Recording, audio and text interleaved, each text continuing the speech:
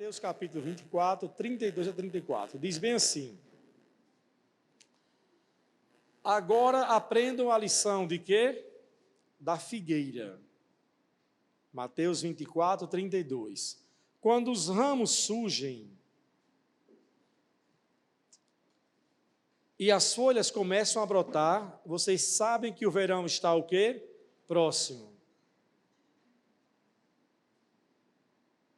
Da mesma forma, quando virem todas essas coisas, saberão que o tempo está o quê, amados? Ele não diz só próximo, ele diz o quê? Muito próximo. À porta. Eu lhes digo a verdade. Esta geração certamente não passará até que essas coisas tenham acontecido. Amém? Qual é essa geração que ele se refere aqui? Não é a geração com quem Jesus, naquela hora, estava falando de discípulos.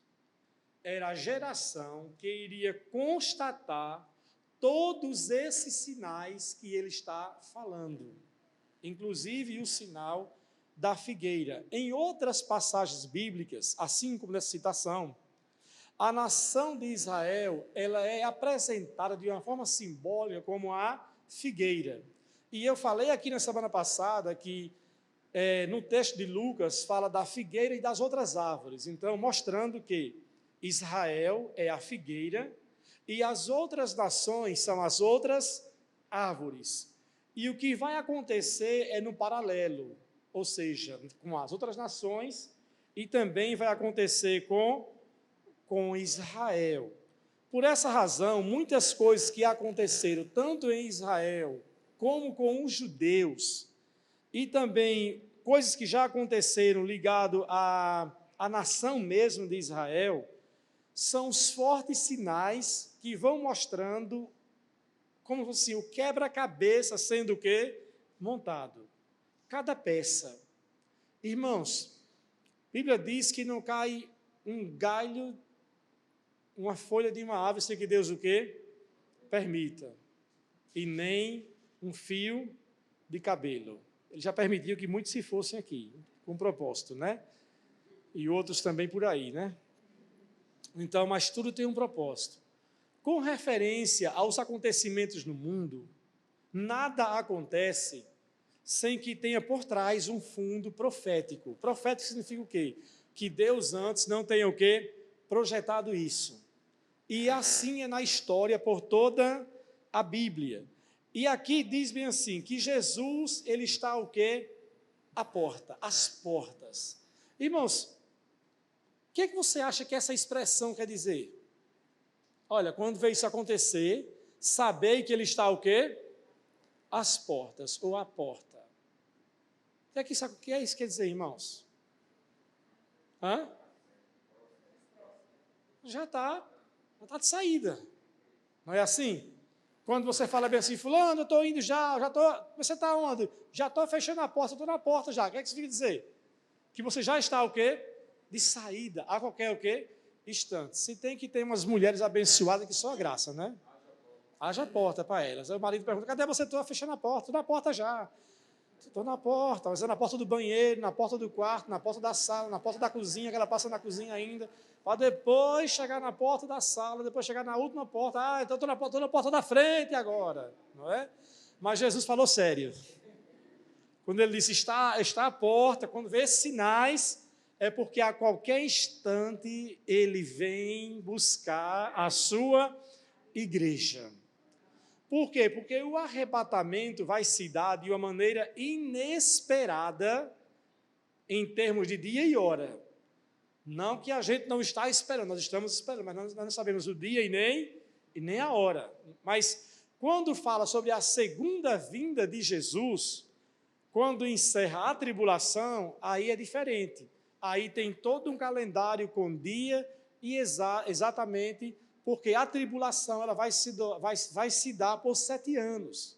Então, é um calendário que vai fechar. Fechou 7 anos, ele volta e vai haver acontecimentos, já fechando os 7 anos da tribulação, que esse Jesus já está chegando, como, por exemplo, a ressurreição das duas testemunhas, né? As duas testemunhas serão mortas em Israel, vai ser transmitido no mundo todo a morte das duas testemunhas, e então, no terceiro dia, essas duas testemunhas vão ressuscitar, e depois da ressurreição, eles vão ser levados para o céu. E aí o Senhor volta, Jesus volta pela segunda vez. Então, é um calendário, digamos assim, muito bem detalhado na tribulação. Agora, quando a gente fala para o arrebatamento, nós não sabemos nem o dia e nem a hora. Amém? Diga comigo, o arrebatamento, nós não sabemos nem o dia nem a hora. Mas nós estamos às escuras? Não. O que é que nós temos? Os sinais. Como eu disse na primeira ministração, quando você viaja, quanto mais você vai chegando perto do seu destino, vai tendo mais o quê? Mais sinais, não é? Mais sinais, sinais, sinais e sinais, até que vai apontando que você já está chegando. Então, nós não ficamos às cegas, nós temos os sinais, que são os parâmetros que estão mostrando que já está perto o arrebatamento. Agora, esses sinais ligados com Israel, nós vamos ver três coisas em três blocos diferentes, digamos assim. Vamos ver coisas que já aconteceram ao longo da história do povo judeu, coisas que já aconteceram, que faz parte desse calendário de sinais, coisas que estão acontecendo e tantas outras que ainda vão acontecer. Só que entre esses que estão acontecendo e o que vai acontecer, aí já é um tempo mais o quê? Mais rápido esse volume de acontecimentos. Então, nós vamos primeiro analisar esses fatos, esses sinais, das coisas que ocorreram ao longo da história, especificamente relacionado à nação de Israel, tanto quanto aos judeus espalhados pelo mundo. E, irmãos, escute isso. Por mais que o diabo tenha tentado e ainda tente, tanto os judeus quanto a nação de Israel são um povo, ou é um povo, indestrutível. Só Lucila diz aleluia. Só vocês vão dizer isso? Só isso? Eu vou repetir. Os judeus e a nação de Israel é um povo indestrutível. E vocês vão ver aqui relatos na ministração de hoje que o fundo desses acontecimentos por trás tinham a ação de Satanás tentando dizimar os judeus. O fundo era esse. Por quê? Porque ele sabe do plano de Deus com Israel no cumprimento profético das coisas para os últimos dias. Então, como ele sabe disso, o que ele vai fazer então? Ele tentar o quê? Destruir esse plano. Então, nós temos como ponto de partida que o propósito de Deus para a nação de Israel, em Gênesis capítulo 12, qual foi o plano de Deus? Quando ele disse para Abraão, ao levantar ali os seus primeiros, digamos assim, o seu primeiro povo, não é? Separado. Ele disse o que em Gênesis capítulo 12? Farei de ti uma grande nação. Abençoarei os que te abençoarem e amaldiçoarei os que te amaldiçoarem. Em ti serão abençoados ou benditos todos os povos da terra. Amém? Então, Deus ali escolheu a nação de Israel com esse plano. Qual o plano? O plano para que a nação fosse uma bênção para as outras nações. Satanás, sabendo disso, tenta a qualquer custo, então, destruir o quê? Esse povo. Entenda-se, pastor, e a igreja? Eu já falei da igreja, irmãos. Eu estou falando hoje especificamente, bota na sua cabeça, que é sobre os sinais ligados a quem? A Israel. Então, contra Israel, ele tenta isso. Por que ele tenta isso? Porque também, ao longo da história, depois que o Senhor levanta a nação, aí vem quem? O rei Davi. E o que é prometido em Isaías capítulo 9 sobre o rei Davi? Que Deus faria o quê?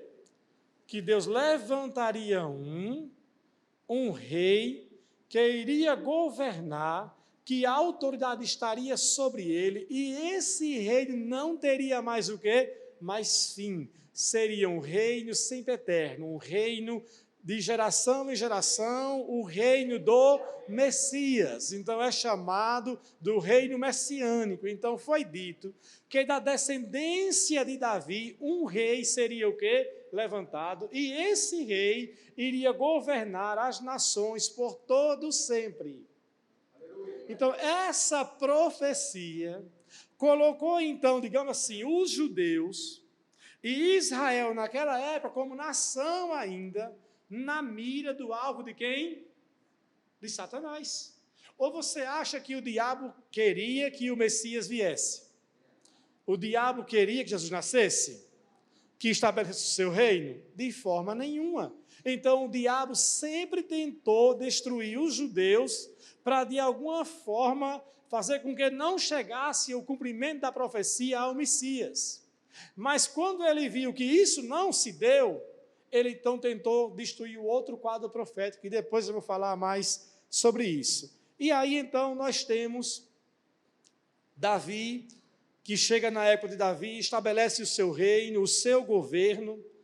Davi, então, se estabelece, e Davi passa a ser o rei de toda a nação de Israel. Começou primeiro governando 2 tribos, e depois, então, de um tempo, ele tornou-se o rei geral das 12 tribos de Israel, e mudou a capital do seu governo para onde?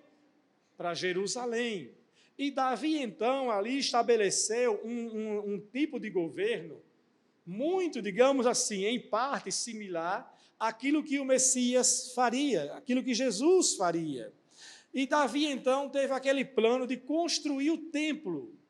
Mas Davi, essa é a profecia de Naamã, que ele não poderia construir esse templo, mas sim o seu filho Salomão. Salomão iria construir esse templo. E aí, então, Davi morre, e Salomão, então, vai, assume o governo todo e constrói o templo. Entre o Davi governar em Jerusalém, Israel, e Salomão, e os demais descendentes de Davi, eles governaram em Israel por aproximadamente 400 anos. E durante esses 400 anos, Satanás tentou diversas vezes dizimar o reino, ou a família real, ou a linhagem real de quem? De Davi. Sempre. Se você lê a história dos reis de Israel, em 1ª e 2ª Reis, ou 1ª e 2ª Crônicas, você vai ver assim, Deus preservando a linhagem por um filho, que se aquele filho morresse, tinha encerrado a linhagem do Messias, mas Deus preserva isso na história. Então, o diabo sempre tentou contra a nação de Israel, mas Deus também sempre foi guardando. E a nação de Israel também, sempre nesses 400 anos, foram anos de altos e baixos, também adorando a outros deuses, se misturando, e Deus levantando os profetas com a voz profética, advertindo e falando, olha, vocês têm que voltar, se vocês não se voltar, vocês vão sofrer. Profecias e mais profecias, mas eles não deram o quê? Ouvidos. Até que chega o império de quem? Da Babilônia. E o império babilônico, então, ganha força em toda aquela região e parte para tomar Jerusalém. E dessa época estava lá profetizando Jeremias, alguns desses profetas menores, Isaías, estava dizendo que não ia adiantar eles enfrentar o Império Babilônico, não ia adiantar eles enfrentarem o rei, porque eles estavam em desobediência e Deus havia advertido que se eles não se voltassem para Deus, eles de fato iam ser escravizados. E isso aconteceu porque antes desse fato da escravidão, não seria bem a palavra escravidão,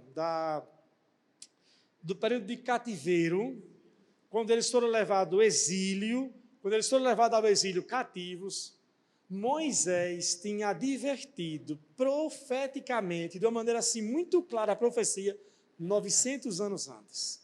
Por que, pastor, eu estou falando dessas coisas assim históricas? Porque eu quero que vocês entendam, como eu disse, que tudo está no relógio de Deus. E que, observe que Moisés, 900 anos do cativeiro, profetizou que se eles desobedecessem o Senhor, ia acontecer com eles exatamente o que 900 anos agora estava o quê? Acontecendo. Vamos ver isso, para não ficar assim só nas palavras do pastor Jair. Deuteronômio capítulo 28. Para ter mais fundamento bíblico, além do que eu já citei, de Gênesis 12, 2 e 3, Isaías 9, 6 e 7. Vamos para Deuteronômio capítulo 28. Os irmãos estão entendendo? Quem está entendendo, diga, estou entendendo. Quem está com sono, diga amém. Então acorde aí, em nome de Jesus. Deuteronômio 28, 49.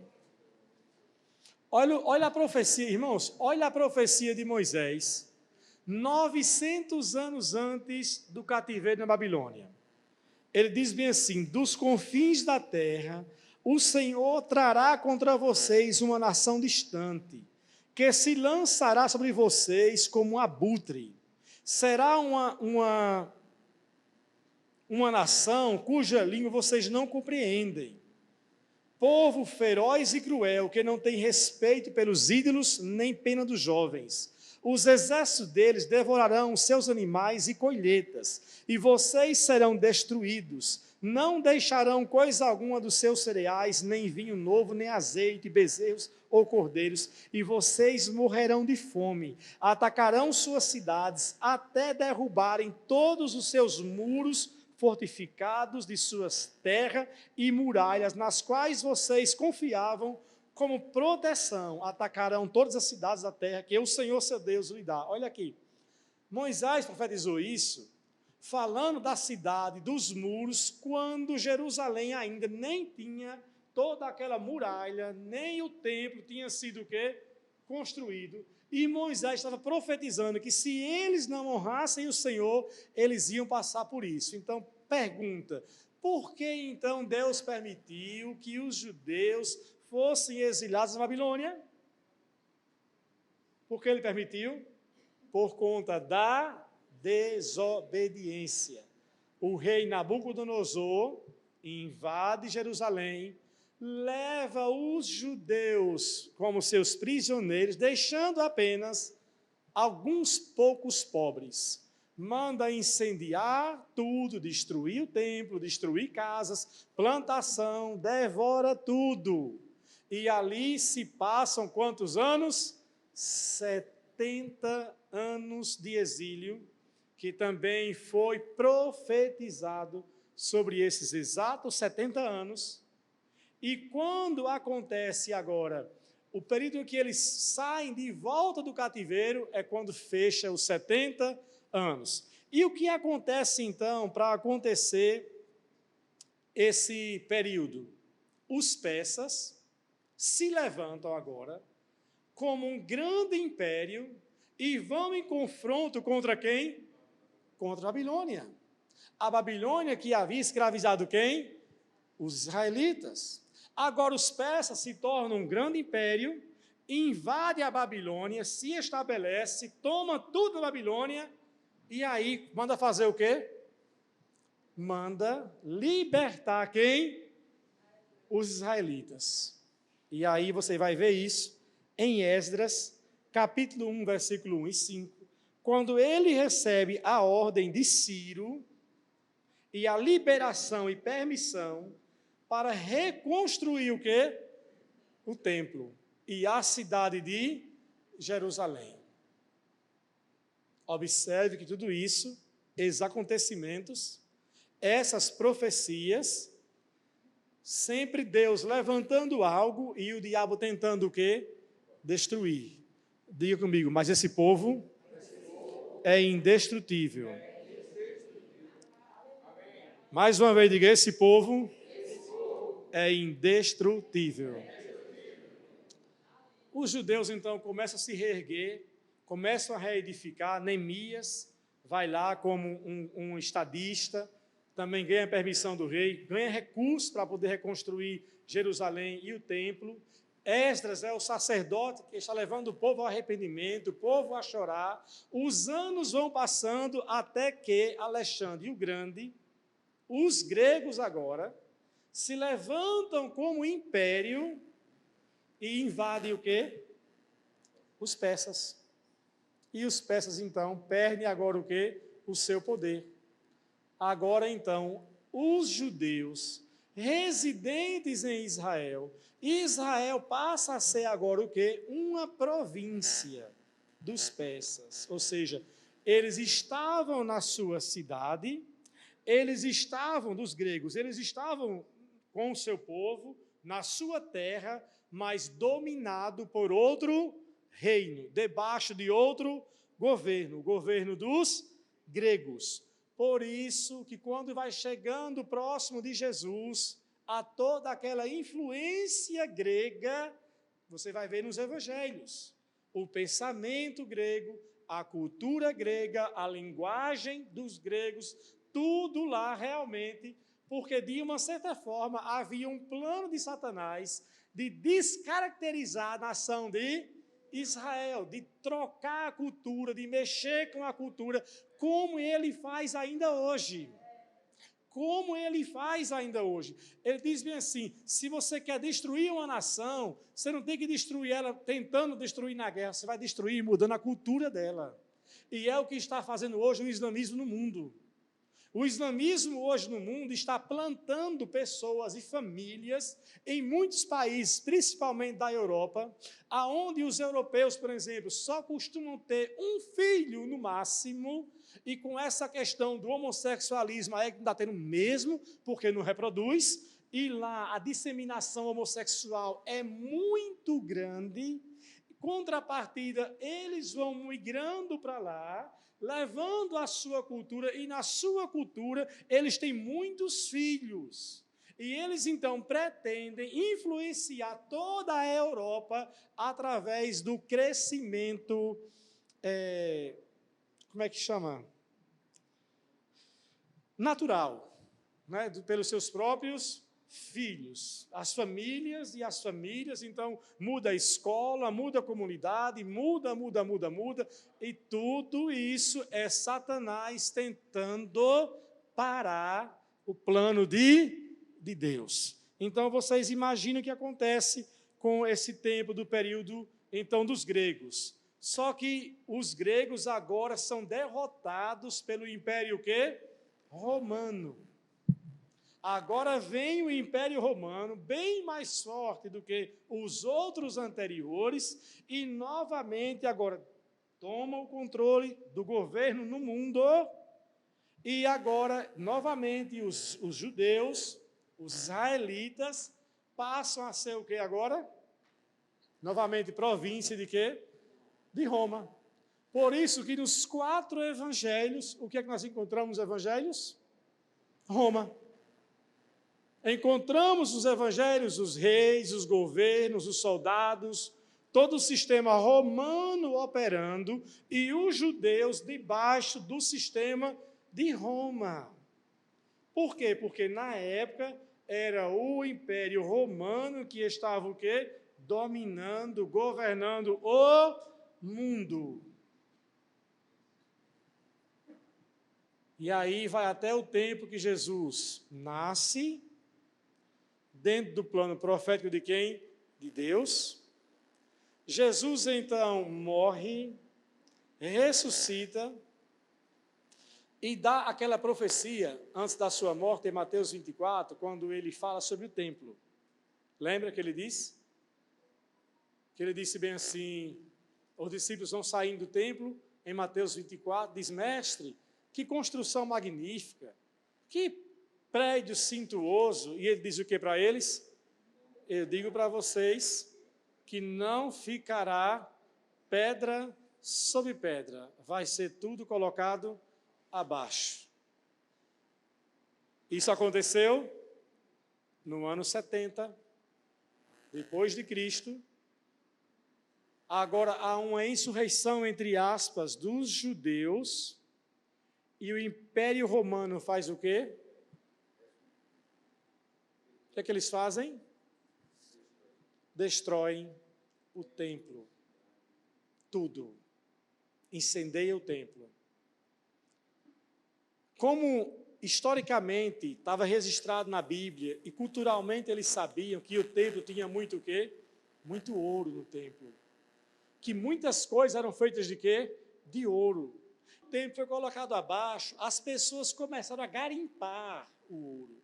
E para garimpar o ouro, eles foram quebrando coisa por coisa. Quebrando coisa por coisa, para tirar o ouro, extrair o ouro. E aí se cumpriu literalmente o que disse Jesus: não ficará pedra sobre pedra. Tudo foi colocado abaixo, arrancado até as pedras mesmo do chão. E agora os judeus então foram o quê?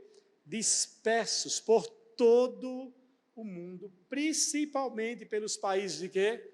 Da Europa. Naturalmente, pensando, poderia dizer bem assim: agora misericórdia. Agora vai ser muito difícil o plano de Deus se cumprir sobre essa nação. Não é verdade? Porque agora, templo destruído, o povo perdeu a sua identidade, perdeu o domínio e perdeu o seu governo como nação, perdeu o domínio territorial e os judeus se espalharam pelo mundo. Em vários países eles mantinham a cultura, mantinham a tradição, mantinham o fervor, se voltando para Deus, recitando a lei. Inclusive até eu indico um filme aí chamado Cântico dos Nomes, que é muito bacana, que ele passa um pouco da história de como os judeus preservavam a sua linhagem e os seus nomes. Eles não tinham como escrever, então eles cantavam em canções, eles faziam canções narrando a história da sua família, para que eles pudessem, então, ter uma resposta e saber de quem aquela pessoa era filho, né? Se fosse aqui, Jairzinho de Feira Nova, filho de Ladinho e Adileuza, que bonito seria. Olha que canto bonito, viu? Kelmer Cruz, filho de Jandete e Ludovice, lá de Alagoas, aí vai cantando, e vai aí fala o nome do avô, do bisavô, e assim era preservado na memória, através das canções, toda a linhagem. E Satanás, não satisfeito com isso, levanta o endemoniado em 1941, chamado Adolf Hitler, que promove o quê? O Holocausto. E ele começa, então, não só a matar os judeus residentes na Alemanha, como também perseguiam todos os judeus na Europa. E muitos judeus foram mortos. Mas o povo é indestrutível. Quando você vê notícia na televisão, como teve recentemente aí de guerra de míssil para lá, míssil para cá, e o povo, meu Deus, está voltando, vai destruir Israel. Não vai não, irmãos, não vai não. Esse povo é indestrutível. Você lembra quando eles saíram do Egito, que o rei Moabe convocou Balaão para amaldiçoar, e Balaão subiu ao monte e foi lançar a maldição sobre o povo, e Deus disse para ele: você não pode amaldiçoar quem eu já abençoei. Esse povo é abençoado e você não pode amaldiçoar. Converta a maldição em bênção. E ele, sem nem querer falar, Deus colocava palavras inspirando e ele abençoando. Vocês são fortes, vocês são capazes, vocês são um exército grande, vocês vão vencer, vocês... Olha, estou até pregando agora, viu? E assim foi. Mas o Holocausto foi um grande golpe contra os judeus. Ao mesmo tempo também que, infelizmente, não deixou de ser uma colheita pela desobediência deles aos princípios da palavra. E eles sabem disso. Por mais difícil e dolorido que seja o assunto, eles sabem disso.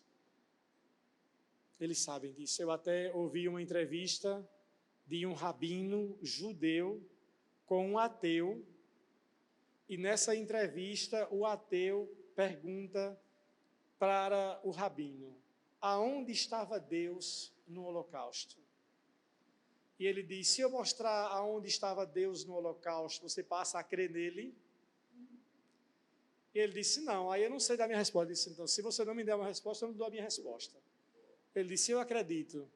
E ele então mostrou que Deus estava presente na história, que inclusive já tinha advertido a nação do que, pelo aquilo que eles iriam passar, se eles obedecessem o seu. Então, Deus estava presente na história, mostrando para eles que se eles fizessem o que eles fizeram, eles iam passar por isso. E de uma maneira muito amorosa, Deus havia advertido para que aqueles que não entrassem em desobediência fossem preservados. E no final dessa entrevista, o ateu se converte ao judaísmo. Ele bota na hora lá o manto e aceita o judaísmo e reconhece Jeová como Deus Todo-Poderoso, que criou os céus e a terra. Irmãos, Deus, ele sempre esteve presente na história. As profecias tinham que acontecer, sim. E vão acontecer todas. Literalmente, inclusive. Amém? E aí agora os judeus morrem nessa situação toda, espalhados pelo mundo, e quando pensa que não vai ter mais jeito, acontece o cumprimento de uma profecia. E no dia 14 de maio de 1948, com o voto de um brasileiro das Nações Unidas, chamado Oswaldo Aranha, o Brasil, inclusive, dá o voto decisivo que reconhece a nação de Israel, os judeus, o povo, como uma nação, e que eles devem ser novamente reclassificados no mundo como uma nação. E isso foi o cumprimento de duas profecias. Mais uma vez, Moisés, que previu a destruição, ele também previu que essa nação ia ser reerguida, e Isaías foi mais detalhado na profecia ainda, dizendo que essa nação ia ser reconhecida, erguida em um dia. Vamos conferir as duas profecias. Deuteronômio capítulo 30, é só você virar a página, versículos 3 e 4. Todos encontraram?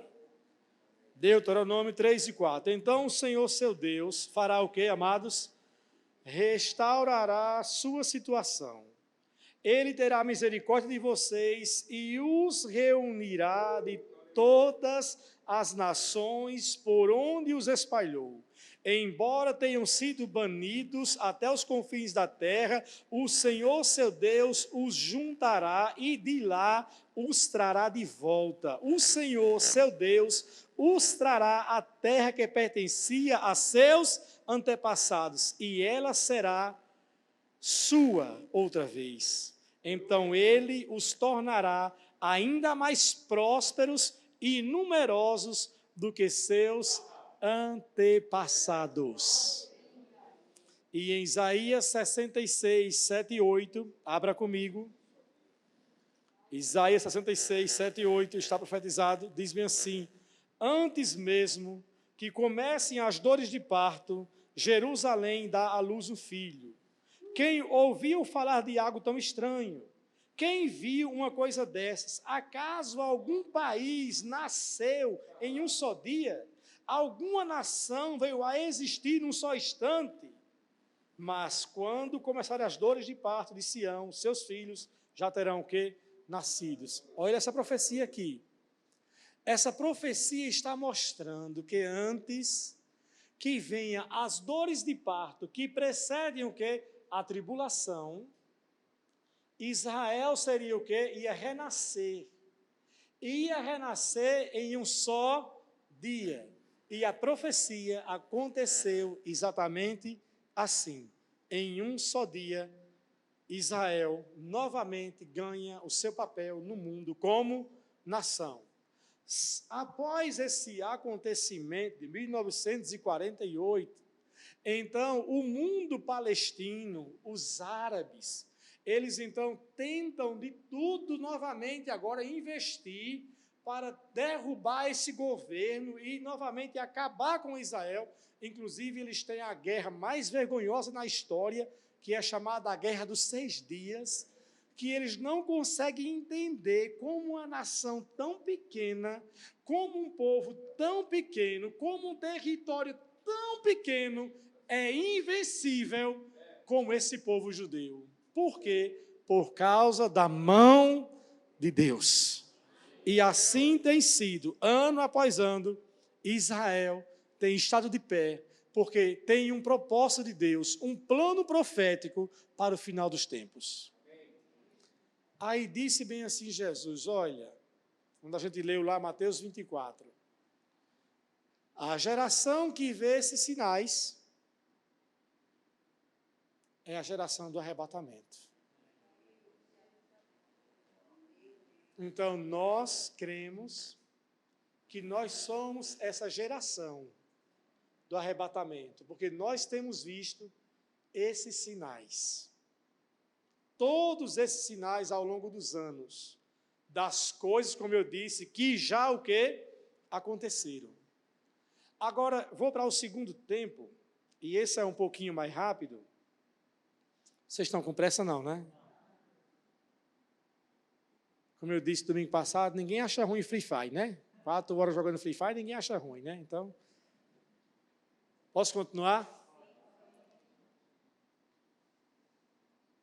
Vamos lá. Como eu disse, eu relatei tudo o que já aconteceu. Agora, existem outras coisas, especificamente em Israel, que precisam acontecer, ou está pelo menos engatilhado, para desencadear assim que a igreja for o quê? Arrebatada. Mateus 23, 37 e 39. Mateus 23.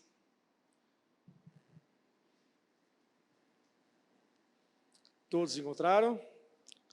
Disse Jesus, Jerusalém, Jerusalém, cidade que mata profetas e apedreja os mensageiros de Deus.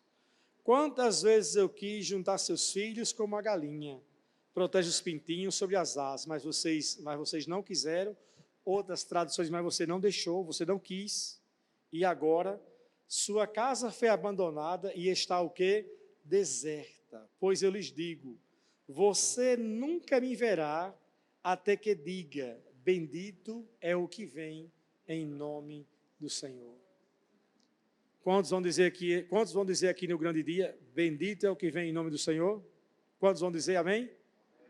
Nós não vamos dizer isso não, irmão. Nós não vamos estar aqui não. É só ver se vocês estão ligados. Isso aqui é uma profecia específica para Israel. Eles rejeitaram o Messias. Mas antes que ele venha pela segunda vez, eles vão clamar por ele.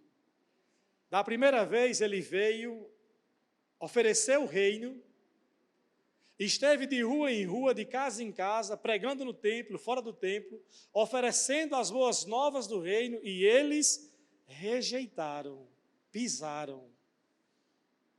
Mas na segunda vinda, eles vão clamar, venha Jesus, venha, venha, Maranata, venha, venha Senhor, venha, porque eles vão estar passando por tempos difíceis. Eles vão estar no auge da tribulação, sofrendo, sofrendo e sofrendo. Não haverá outra chance, eles têm que se posicionar. Não vai haver outra opção, eles têm que decidir. Ou eles vão reconhecer a figura do anticristo, da besta, e reconhecer o falso profeta, ou eles vão rejeitar, quebrar essa aliança, quebrar esse pacto e dizer, não, você não é o Messias foi aquele que veio e nós rejeitamos, mas nós queremos que ele volte novamente. E para essa profecia acontecer, Israel precisaria estar novamente erguida como nação. Então, já que ela se organizou como nação, isso mostra que o calendário está o quê, irmãos? Se fechando. Que o dia está o quê? Chegando. O dia em que eles vão dizer isso. E para isso acontecer, por exemplo, vai ser preciso que o templo de Salomão, que foi destruído lá no ano 70 pelo Império Romano, que ele novamente seja o quê? Reedificado. Porque Jesus disse, lá em Mateus também, no capítulo 24, 15, ele diz bem assim, chegará o dia em que vocês verão aquilo que o profeta Daniel falou, a terrível profanação, que será colocado no lugar santo. Ele falando aqui sobre o templo, que vai ser o quê? Profanado. Então, esse templo vai ser reconstruído para que, então, no meio da grande tribulação, ele seja o quê? Profanado. Entenda isso, irmãos. Eu não estou misturando os assuntos aqui, não. Pós-arrebatamento e tribulação. Estou dizendo que na tribulação, para que o anticristo possa profanar o templo, ele tem que estar o quê? Erguido. E você acha que se ergue um templo com quanto tempo? Qual é o tempo de duração da tribulação? 7 anos e meio. 3 primeiros anos e meio de bênção e fartura depois de sofrimento. Então, na verdade, para isso acontecer, esse templo já tem que estar construído antes ou tudo engatilhado. Há quem diga, eu não pesquisei essa informação, mas há quem diga, o pastor Kelmo esteve lá, talvez tenha essa informação com mais precisão, de que já existe secretamente, por parte do governo de Israel, maquetes preparadas para construir o templo assim, ó, rapidamente. Agora, há todo um movimento. Por quê? Porque aonde foi o templo de Salomão, hoje tem lá uma mesquita, que fica situada no Domo da Rocha, que é conhecida como a mesquita, como para eles, para o islamismo, como o terceiro templo mais sagrado. E essa parte em Jerusalém é de domínio duplo. Há um duplo domínio entre árabes, palestinos e judeus. Na Cisjordânia não é ainda um território 100% controlado por Israel. Tanto que Israel ainda está nesse conflito. Eles não podem colocar, de fato, a capital deles em Jerusalém, do governo, porque se fizer isso é um problema. Vocês viram que recentemente os Estados Unidos fez o quê? Os Estados Unidos botou a embaixada americana onde? Em Jerusalém, tirou de Tel Aviv. Isso foi uma confusão terrível no mundo árabe. O Brasil se movimentou para fazer a mesma coisa e houve retaliação comercial. Os árabes começaram a pressionar o governo Bolsonaro, porque se ele fizesse isso, ele ia ter embargos econômicos e ia perder muito na exportação, principalmente da carne. E então o governo brasileiro deu uma recuada. Mas já há um movimento mundial para reconhecer, de fato, Jerusalém como a capital central econômica mais importante do Oriente. Isso vai ser problema. É algo que vai acontecer logo, ou vai estar engatilhado para assim que a igreja seja arrebatada, isso ocorra. Estão entendendo, irmãos? Então, quando você vê aquela foto de Jerusalém, que você vê aquele domo, aquela coisa bem dourada ali, você não pense que ali é o templo de Jerusalém, não. Ali é uma mesquita mesmo ali. E ali é um grande problema histórico. Além disso, vai ser preciso haver um alinhamento político. Por quê? Na profecia de Daniel, capítulo 7, 23, fala do governo de 10 nações se unindo. Essas 10 nações que vão se unir, são essas nações que vão reconhecer o governo do anticristo. E aí há toda uma questão também de alinhamento político, principalmente no mundo europeu. Vamos ver Daniel capítulo 7. Eu já estou concluindo, irmãos. Mas você está entendendo? Assista o vídeo depois na internet, que isso vai lhe ajudar. Se você também quiser, pode assistir as ministrações de Natan Rufino. Eu gosto muito da linhagem de ministrações dele.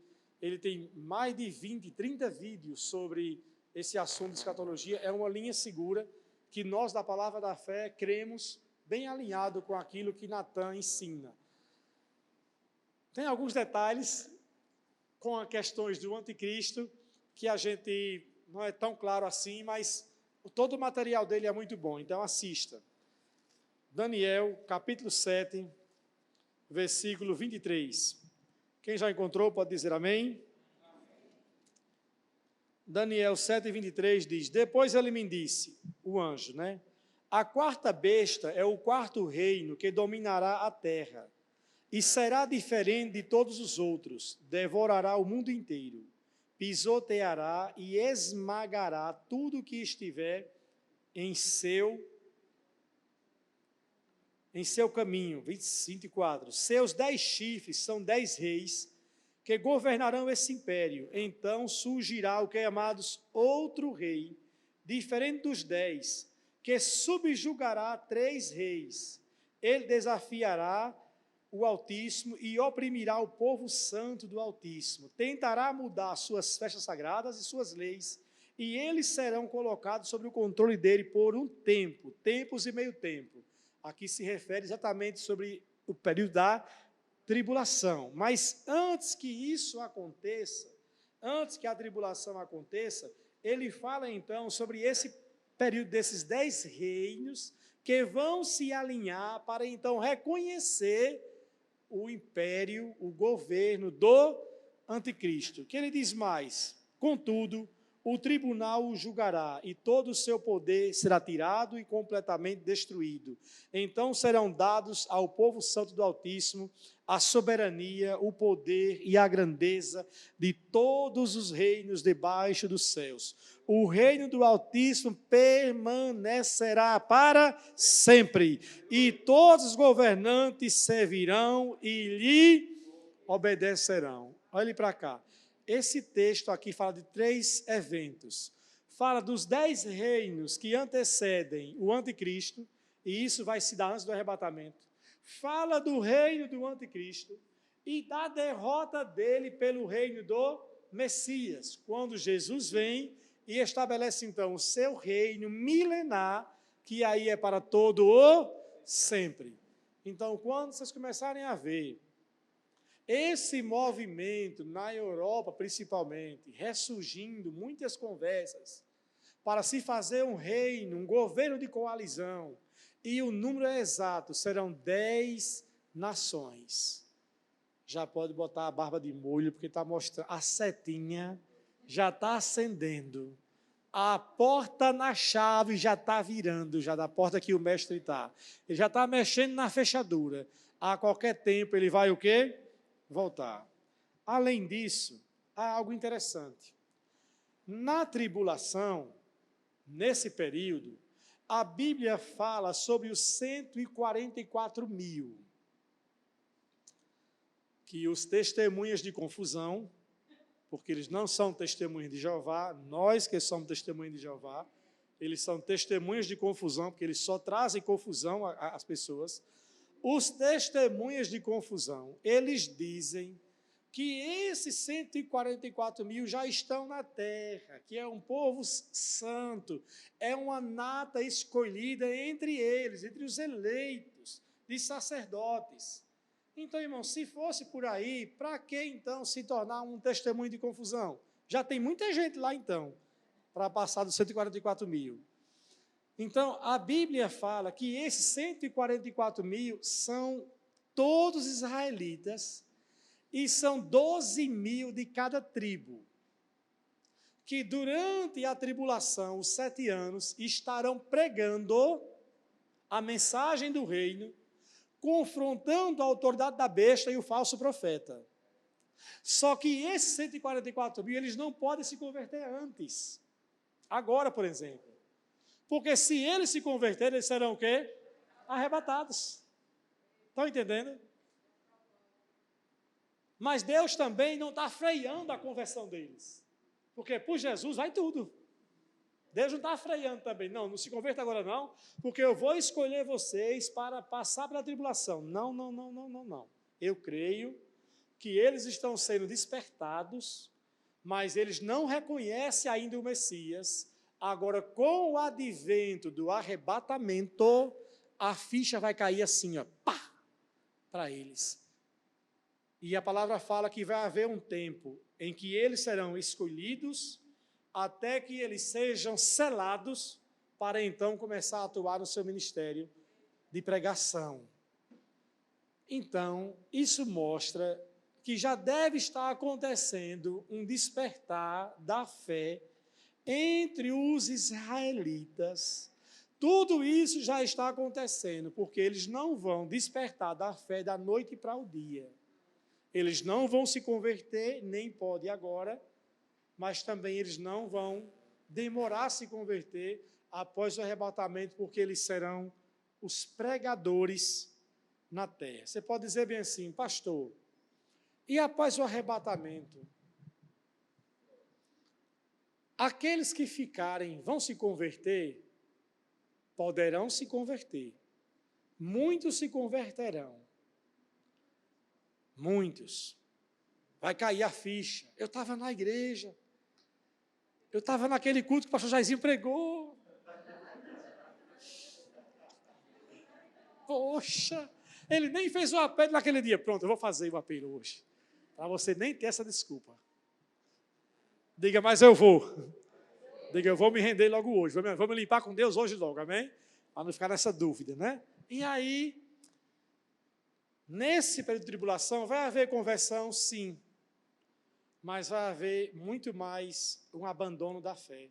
Assim, mas pastor, como? Depois do sinal de que a igreja foi arrebatada, irmãos, muitas pessoas que até estão na igreja vão se revoltar contra Deus. Os hipócritas vão se revoltar. Tipo assim, como é que eu não fui? Como é que eu não fui? Cadê que Deus é esse que não é justo? Porque Ele não me salvou? Eu estava na igreja, eu fazia isso, eu fazia aquilo. Vai ter um sentimento de revolta contra Deus. Como se Ele estivesse certo, Deus o quê? Não é assim ainda hoje, não? Que muitas pessoas levam a vida errada, as coisas acontecem na vida, e Ele questiona quem? Eu não entendo por que Deus fez isso. Primeiro que Deus não fez. A pergunta deveria ser, eu não entendo porque Deus permitiu. Ah, não entendo, não entenda. Você sabe que está desobedecendo. E a desobediência tem o seu preço. Não é verdade? Então vai acontecer esse movimento na terra relacionado a Israel e a Jerusalém. Que Jesus volte, muitas coisas vão apertar para aquele lado, irmãos. Assim como vai apertar para a igreja e de uma forma geral aonde? No mundo. Pastor Jair, o que eu tenho que fazer? Ser como as 10 virgens. Está pronto, com óleo no azeite. Como diz Eclesiastes, que nunca falte o óleo sobre a sua cabeça. E em todo tempo as suas vestes sejam alvas. Pastor Jair, então eu não vou estudar, eu não vou ter projeto mais de vida, porque Jesus está voltando. Não, viva a sua vida com os pés na terra e o coração no céu. O coração no céu, apegado a nada e a ninguém, amando Deus, o Senhor, acima de tudo. Com toda a sua força, toda a sua alma, com todo o seu coração e com todo o seu entendimento. Eu quero amá-lo com fervor, porque na hora que Ele chamar, eu quero estar pronto para ir. Quantos querem estar assim?